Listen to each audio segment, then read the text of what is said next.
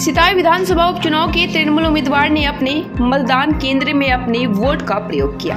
Every drop of water counts. SBM Gold's water tank is the most sustainable and durable water storage solution available. Our hashtag Asli Commitment.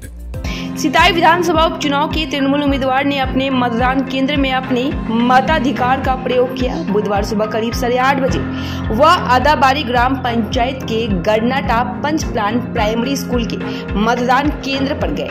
सिताई विधानसभा उपचुनाव के तृणमूल उम्मीदवार संगीता रॉय ने booth संख्या 6 के मतदाता के रूप में अपने मताधिकार का प्रयोग किया। सुनीता संगीता रॉय ने आज मताधिकार का प्रयोग करने के बाद मीडिया को जवाब देते हुए क्या कहा, आइए सुनते हैं।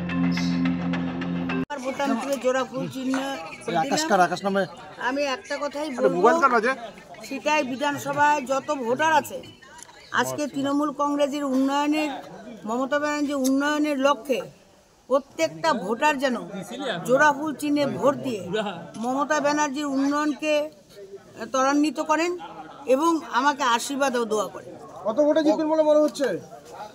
সেটা তো মার্জিনের অপেক্ষায়, ভোট শেষের অপেক্ষায়। কত ভোটে জিতবো তো শিওর, কত ভোটে জিতবো সেটা পরে বোঝা যাবে। দিদি সারাদিন কি করবেন আজকে? সারাদিন কিভাবে? সারাদিন বুথে বুথে ঘুরবো। বিরোধীদের এজেন্ট দেখা যাচ্ছে না দিদি, কি বলবেন? সেটা আপনারা ভালো বুঝবেন। বিরোধীরা মাঠে আছে না ঘরে আছে? ভোটাররা তো খুব কম সংখ্যায় দেখা যাচ্ছে লাইনে। সকাল থেকে প্রায় 1.5 ঘন্টা হয়ে গেল। কালকে জাগরণী উপবাস ছিল, উত্থান একাদশী ছিল, তারা হয়তো কাজকর্ম করে তারপরে আসবে। বিরোধীরা অভিযোগ করছে যে তাদের পোলিং এজেন্টদের বসতে দেওয়া হচ্ছে না, আর গতকাল রাত থেকে হুমকি দেওয়া হচ্ছে, এরকম একটা অভিযোগ বিজেপি ক্যান্ডিডেট। বিরোধীরা তো অনেক কিছু অভিযোগ করে, সেই অভিযোগকে আমরা এগুলো মনে করি না। ওরা দীর্ঘদিন থেকে অভিযোগ করতে থাকুক এরা অভিযোগ। ঠিক আছে, আপনি এখান থেকে পঞ্চায়েত হয়েছিলেন, প্রধান হয়েছিলেন, পঞ্চায়েত সমিতির সভাপতি হয়েছেন এবং আজকে একদম বিধায়ক পদে প্রথমবার দাঁড়িয়ে এবং ভোট দিলেন, কেমন লাগছে? খুব ভালো লাগছে, খুব ভালো লাগছে। কারণ হচ্ছে আমি পঞ্চায়েত প্রধান সবই ছিলাম, পঞ্চায়েত সমিতি ছিলাম, কিন্তু এইভাবে আমি আজকে সেলিব্রিটিদের মতো মনে লাগছে আমাকে। ঠিক আছে, বিরোধীরা অভিযোগ করছে একটা সন্ত্রাসের, কি বলবেন? বিরোধীদের কাজে হচ্ছে অভিযোগ করা। তারা মাঠে নেই, তারা ময়দানে নেই, তারা ঘরে বসে অভিযোগ করছে। বিরোধীদের এজেন্ট দেওয়ার দায়িত্ব নিশ্চয়ই আমাদের নয়। তারা তাদের এজেন্ট দিয়ে, প্রশাসন আছে, প্রশাসনকে বলে তাদের এজেন্ট তারা দিক। তাদের এজেন্ট যদি কেউ হতে না চায়, সে দায়িত্ব নিশ্চয়ই তৃণমূল কংগ্রেসের নয়। এবং তৃণমূল কংগ্রেস 24x7 অর্থাৎ 24 ঘন্টা 7 দিন প্রত্যেক দিন মানুষের হয়ে কাজ করে। মাঠে আছে, ময়দানে আছে, মানুষের আপদে আছে, বিপদে আছে। শীত, গ্রীষ্ম, বর্ষা, তৃণমূল কংগ্রেসে মানুষের ভরসা। তাই মানুষ তৃণমূল কংগ্রেসের পাশে আছে, সাথে আছে।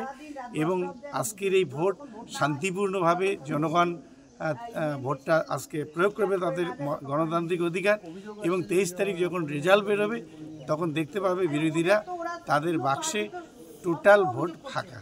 বিরোধীরা বিশেষ করে প্রার্থীর অভিযোগ যে গতকাল রাত থেকে বিভিন্ন জায়গায় সন্ত্রাস হচ্ছে, বাইক বাহিনী এজেন্টদের বসতে দেবে না, হুমকি দিচ্ছে।